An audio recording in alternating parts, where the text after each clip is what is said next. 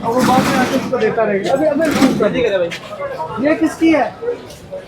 ये दुकान किसकी है? ये शॉप किसकी है भाईजान? बोले आके से यार सब यहाँ पर बिल्कुल ये देखें, ये भी ठिया इसने अंदर रखा है अभी।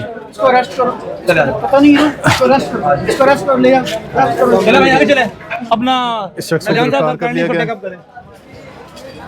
सब कुछ अंदर रख लिया है, तो अब अंदर खुद कैसे जाओगे?